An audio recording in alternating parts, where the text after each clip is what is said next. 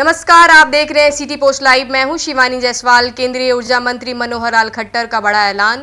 बिहार को मिलेगा अतिरिक्त 500 मेगावाट बिजली, लगेगा न्यूक्लियर पावर प्लांट। आपको बता देते हैं कि केंद्रीय ऊर्जा मंत्री मनोहर लाल खट्टर ने आज एक महत्वपूर्ण प्रेस कॉन्फ्रेंस में ऊर्जा क्षेत्र से जुड़ी कई बड़ी घोषणाएं की। आपको बता देते हैं कि हाल ही में संपन्न हुई 5वीं क्षेत्रीय बैठक में विभिन्न राज्यों के प्रतिनिधियों ने भाग लिया, जिसमें ऊर्जा उत्पादन, आपूर्ति और सुरक्षा को लेकर महत्वपूर्ण चर्चा हुआ। आपको बता देते हैं कि मंत्री खट्टर ने कहा है कि वर्तमान में देश में बिजली के क्षेत्र में सरप्लस स्थिति में है और भारत की कई देशों को बिजली निर्यात कर रहा है। फिलहाल देश की 242 गीगावाट बिजली की जरूरत को सफलतापूर्वक पूरा किया जा रहा है। उन्होंने ये भी कहा है कि आने वाले समय में ट्रांसमिशन से जुड़ी कठिनाइयों को दूर करने के लिए योजनाबद्ध तरीके से कार्य किया जाएगा। आपको बता देते हैं कि बिहार को बड़ी सौगात मिली है। ऊर्जा मंत्री ने कहा है कि बिहार ने बिजली क्षेत्र में बेहतरीन काम किया है। राज्य में अब तक 80 लाख स्मार्ट मीटर लगाए जा चुके हैं, जिससे पारदर्शिता और उपभोक्ताओं की संतुष्टि में इजाफा हुआ है। उन्होंने ये भी कहा है कि बिहार की न्यूक्लियर पावर प्लांट की मांग पर सकारात्मक विचार किया जा गया है और प्रस्तावित 6 स्मॉल मॉड्यूलर रिएक्टर्स में से एक बिहार को लगाया जाएगा। आगे देखिए, इसके अलावा अगले कुछ महीनों के लिए बिहार को 500 मेगावाट की अतिरिक्त बिजली दी जाएगी। साथ ही बिजली स्टोरेज से जुड़ी राज्य की मांगों पर भी केंद्र गंभीरता से विचार कर रहा है। साइबर सुरक्षा और मानव संसाधन पर फोकस किया जाएगा। खट्टर ने बताया है कि ऊर्जा सेक्टर में साइबर सुरक्षा को मजबूत करने के लिए विशेष स्टाफ की नियुक्ति की जाएगी और एक राष्ट्रव्यापी ट्रेनिंग प्रोग्राम चलाया जाएगा ताकि आधुनिक तकनीकों का स्टाफ को लैस किया जा सके। हर राज्य में न्यूक्लियर यूनिट लगाने की सुझाव दिया गया है। बैठक में यह भी सुझाव आया है कि हर राज्य में कम से कम न्यूक्लियर पावर प्लांट यूनिट स्थापित किए जाएंगे ताकि देश की ऊर्जा आत्मनिर्भरता को मजबूती मिले। सुनिए आगे और कुछ क्या कहते हुए नजर आए। वैसे तो देश भर में सभी क्षेत्रों की ऐसी मीटिंग्स हो रही हैं। आज ये 5वीं क्षेत्रीय मीटिंग थी और इस 5वीं मीटिंग के बाद देश भर की सभी हमारी क्षेत्रीय मीटिंग्स पूरी हुई हैं। यहाँ पर हम पावर के अलग अलग मुद्दों पर चर्चा करते हैं। प्रदेशों की जो कठिनाइयाँ हैं, उनके इश्यूज़ हैं, उनके सुझाव हैं, वो प्राप्त करके उसी अनुसार आगे कार्रवाई करते हैं। पहला विषय रिसोर्स एडिक्वेसी प्लान, जिसके अंदर पावर कितनी कहाँ आवश्यकता है, रिसोर्सेज कितने हैं, कैपेसिटी कितनी है, कितनी टाई अप हो गई है, कितनी शेष है, इसकी प्लानिंग एक एक प्रदेश की बनती है।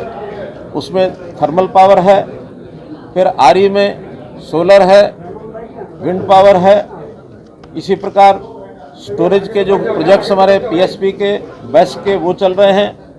और इसी में एक निवेदन सभी प्रदेशों से किया गया है कि कम से कम एक यूनिट न्यूक्लियर पावर का भी सब लोग अपने यहाँ प्लानिंग बनाएं। तो उस सारे की योजना बनी है और प्रदेश अनुसार 2035 तक आने वाले 10 वर्षों में पावर की आवश्यकता के हिसाब से सारी योजना, सारी प्लानिंग बनी है। जहाँ तक आज की स्थिति है, देश भर में जितनी आवश्यकता हमारी पावर की है वो सब हम पूरी कर रहे हैं। 10 साल पहले 2013-14 में हमारे यहाँ पावर की डेफिशिएंसी थी, लगभग 4.5% पावर कुल मिलाकर शॉर्टेज थी। अपना देश पावर डेफिशिएंट देश के नाते से जाना जाता था। आज हम अपनी ज़रूरत को पूरा कर रहे हैं, बल्कि कुछ प्रदेशों में जैसा भूटान है, म्यांमार है, बांग्लादेश है, इन देशों को एक्सपोर्ट भी कर रहे हैं। नेपाल में आवश्यकतानुसार इंपोर्ट करते हैं, एक्सपोर्ट करते हैं। तो इस प्रकार से अगर कहा जाए तो हम किसी एक लेवल तक पावर सरप्लस स्टेट भी हो गए हैं। आने वाले समय में हमारी पावर की और आवश्यकता बढ़ेगी। आज पीक डिमांड पिछले वर्ष 250 मेगावाट थी, हमने उसको पूरा किया था। इस बार अनुमान के हिसाब से उतनी आवश्यकता नहीं पड़ी, हमने लिमिट उसकी 270 गीगावाट ये सोची हुई थी। तो 270 की बजाय अभी तक 242 गीगावाट तक की हमारी आवश्यकता पहुंची है, जिसको हमने पूरा किया है। तो ये पावर सितंबर के महीने में इससे बढ़ने की स्कोप हो सकता है, अन्यथा यही पीक जो पावर है मानी जाएगी। इसको पूरा करते हुए power for all at all times, ये हमने स्लोगन दिया है कि power for all at all times, सभी के लिए बिजली, हर समय बिजली, ये देश में उपलब्ध रहेगी। इसमें कोई कठिनाई नहीं आएगी। और इसी प्रकार से ट्रांसमिशन का विषय, दूसरा विषय ट्रांसमिशन में आने वाली कठिनाइयाँ, आरओडब्ल्यू की कठिनाइयाँ कुछ प्रदेशों की होती हैं, उसको सॉल्व करने के लिए रास्ते सुझाए गए हैं। और फॉरेस्ट क्लियरेंसेस ये भी कहीं कहीं अड़चन होती है, उसके लिए भी हम अपने वन विभाग के मंत्री उनसे बात करके जितने ऐसी कठिनाइयां हैं उनको सबको सॉल्व करने की और ये कोशिश करेंगे। तीसरा विषय आजकल साइबर सिक्योरिटी, ये भी अपने आप में बड़ा इशू हो गया है। तो साइबर सिक्योरिटी के नाते से सभी प्रदेशों में एक ट्रेंड स्टाफ ये नियुक्त करना और इसमें जो एक्सपर्ट हैं इस विधा के, उनके लिए उनके साथ बैठकर ट्रेनिंग कराना, ताकि साइबर यानी किसी प्रकार का कोई अटैक होता है, कोई उसके अंदर किसी प्रकार की टेक्नोलॉजी के माध्यम से कोई शरारतपूर्ण तरीके से कोई अटैक करते हैं, तो उसको हल करने के लिए भी सारी योजनाएं सब हमारी बनी हैं। पिछले दिनों में जब ऑपरेशन सिंदूर था, ऑपरेशन सिंदूर के समय हमारे जो विरोधी लोग थे उन्होंने ऐसी कोशिशें की, लेकिन सब कोशिशें जो है वो फेल कर दी गई। हमारा जो सिस्टम है वो इंटैक्ट रहा है, उसमें कहीं कोई कठिनाई नहीं आई है। आइलैंडिंग स्कीम नई स्कीम है।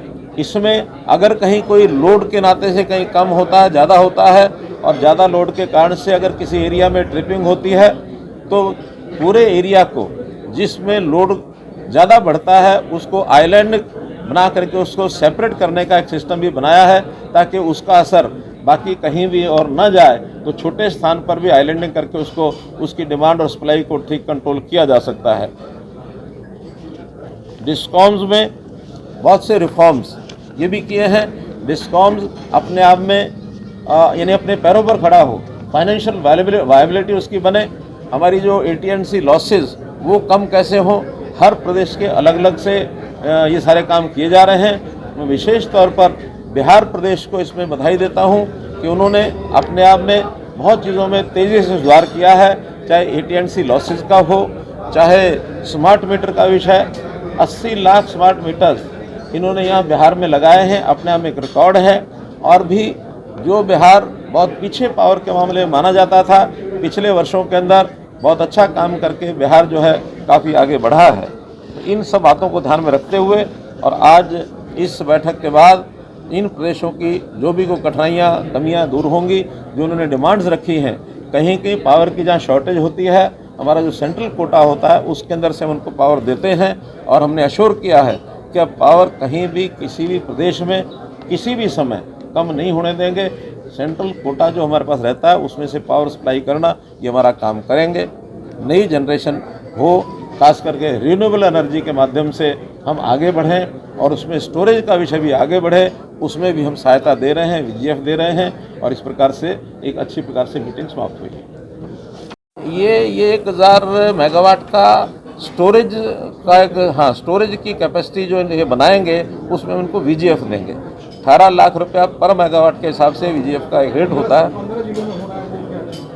15 जिलों में नहीं है, ये तो एक जगह पावर की अपनी कैपेसिटी को बढ़ाने के लिए पूरे प्रदेश में पावर जहां सप्लाई करेंगे वो। धन्यवाद। बिहार से डिमांड है, एक तो न्यूक्लियर पावर के लिए एक इन्होंने डिमांड की है। हमने पहले से आग्रह किया कि एक न्यूक्लियर डिमांड का प्रोजेक्ट ये लगाएं, हम उसमें सहायता करेंगे। दूसरा एक स्टोरेज का जो प्रोजेक्ट है, बैटरी स्टोरेज के लिए 1000 मेगावाट का एक सहायता VGF की उन्होंने मांगी है। हमने प्रिंसिपली उसको हाँ किया है कि RE का उत्पादन जितना इनका होगा उस हिसाब से हम इसको भी मंजूर करेंगे। इन्होंने अतिरिक्त बिजली की आपूर्ति भी इन महीनों की 6 महीने के लिए आगे के लिए मांगी है, 500 200 यानी 250 मेगावाट, और अगले 3 महीने 500 मेगावाट ये भी हमने मंजूर कर दिया है। इसलिए जो भी डिमांड थी कुछ पूरी हो गई हैं, कुछ जो डिमांड्स है उसका विचार करके बाद में उनको बताएंगे।